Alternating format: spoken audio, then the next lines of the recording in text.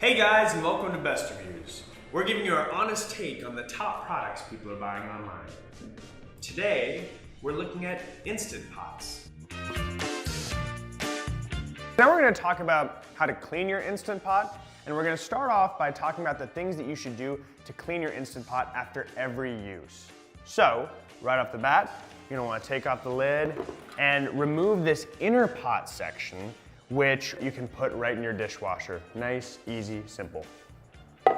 Then, with the body here, you're going to want to take a damp washcloth and go ahead and clean out the inside and get all the food residue that might have splattered. Then moving over here to the lid, you're going to want to remove the sealing ring, and this is very important. A lot of people forget this, but you can just pull this out like this.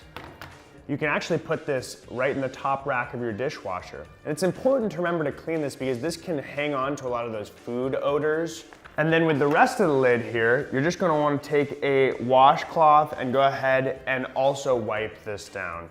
All right, so now we're gonna go over some deep cleaning procedures for your Instant Pot. We here at Best Reviews recommend that you do this about once a month. Start off, you're gonna remove the lid like last time, and you're gonna remove this inner pot section.